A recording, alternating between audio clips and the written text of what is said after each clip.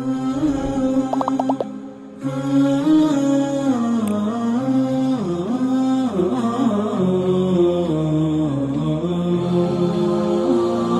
अस्सलाम वालेकुम रहमतुल्लाहि वबरकातुहू। दोस्तों आज मैं एक फ़ंक्शन पे आया हूँ जहाँ पर जिस तरह का माहौल होता है, जैसा इन्वायरमेंट होता है, वैसी ही फ्रेगरेंसेस यूज़ करनी चाहिए। तो आज जो है मैं अपने ब्रांड का हतीम जो है वो इस्तेमाल कर रहा हूँ। तो जिन लोगों के पास है वो भी इसको जो है वो लाजमी इस्तेमाल करें।